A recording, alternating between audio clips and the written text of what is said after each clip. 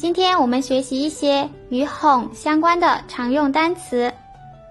ห้องนอนห้องนอน卧室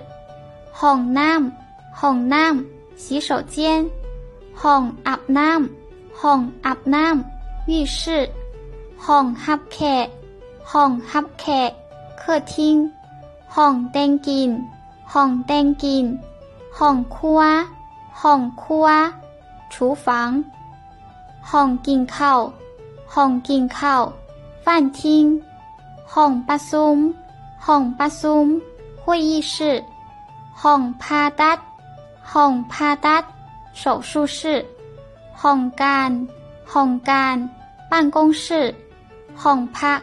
ห้องพัก休息室ห้องเรียนห้องเรียน教室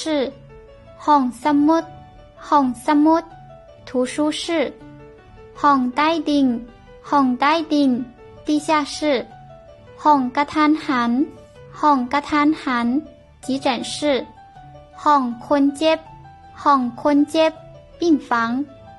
ห้องสูบยาห้องสูบยา吸烟室ห้องเก็บของห้องเก็บของ储藏室ห้องกระจายเสียงห้องกระจายเสียง播音室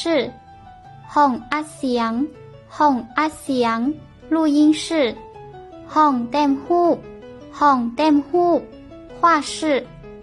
ห้องถ่ายเครื่องห้องถ่ายเครื่อง更衣室ห้องทดลองห้องทดลอง实验室